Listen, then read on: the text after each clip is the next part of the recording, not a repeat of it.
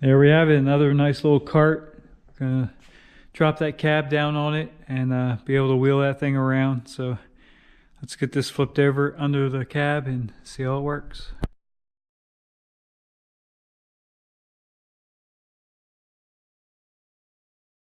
When you have one lift in the garage and do a lot of different things, it's always moving stuff around on and off the lift and just around the shop. So we have this ready to move.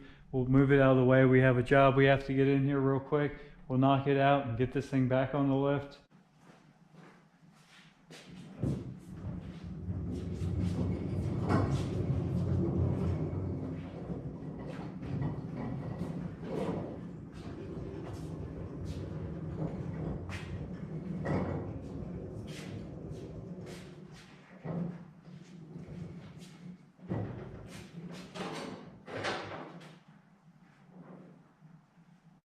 This cart actually works extremely smooth, very easy to roll around, even with one person. So I guess the cab's not really that heavy at this point either, but good deal.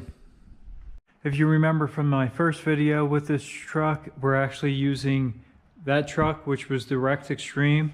This was the donor truck that we pulled off the cab off the frame.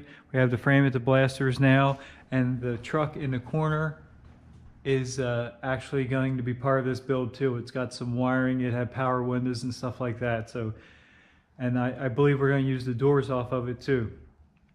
So that needs to come out, and that was another reason to do this build. It cleans up the shop a lot. So we get rid of that truck, and this truck, and make one usable truck out of it.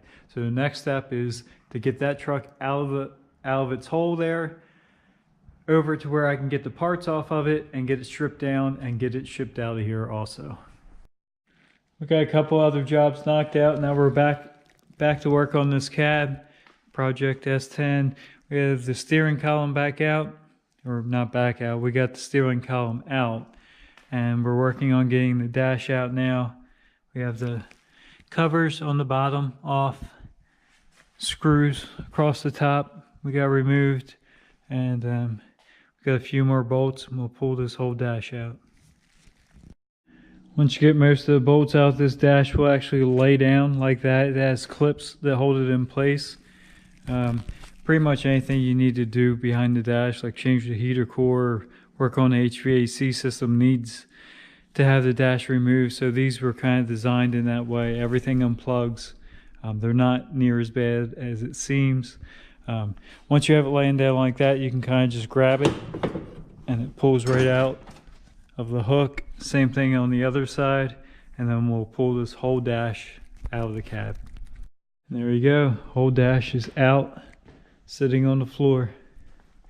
Like I said, all this stuff, as long as you take your time and just figure out what needs to be unclipped and what doesn't, all this stuff unplugs. And like I said, it's designed. Here's the hooks that it sits on, one on either side. It's got little pins inside.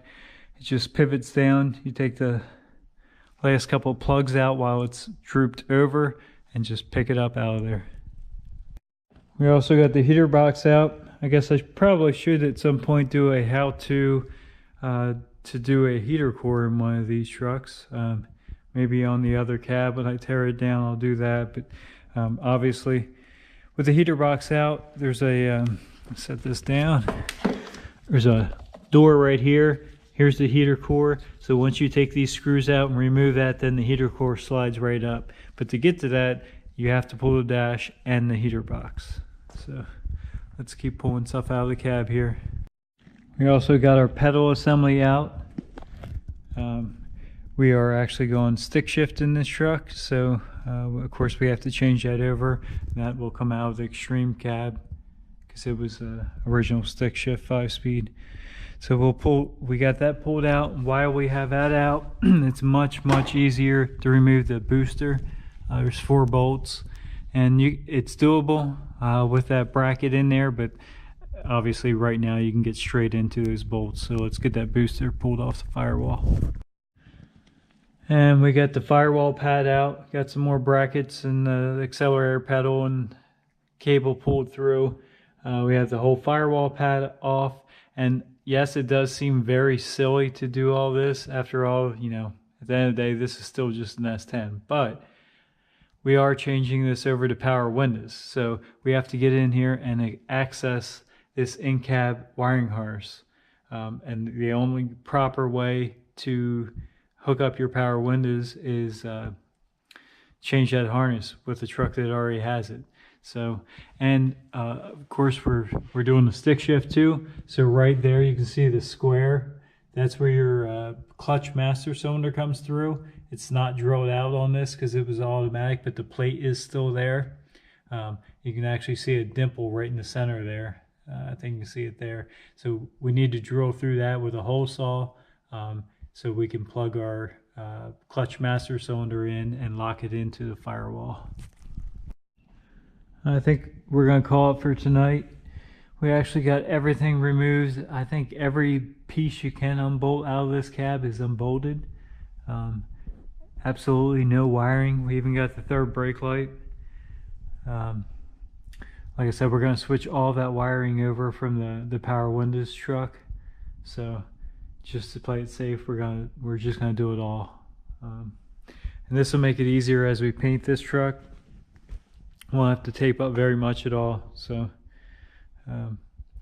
it definitely looks extreme, and it probably is extreme, but I think this is the best way to do it, and hopefully it'll be the quickest way. Here's all the parts we took off. Some of them we'll reuse, some of them we won't. We'll pick through them and get the best parts of all three trucks and make one really nice truck. Looks like an exploded view of an S10 cab. I guess it kind of is. Alright, so we're going to call it there. We're going to get this mess cleaned up, and we're going to keep moving on this truck. I think the next step for this truck is the paint. A little bit of body work and paint. So if you like it, please subscribe. Thank you. Have a good day.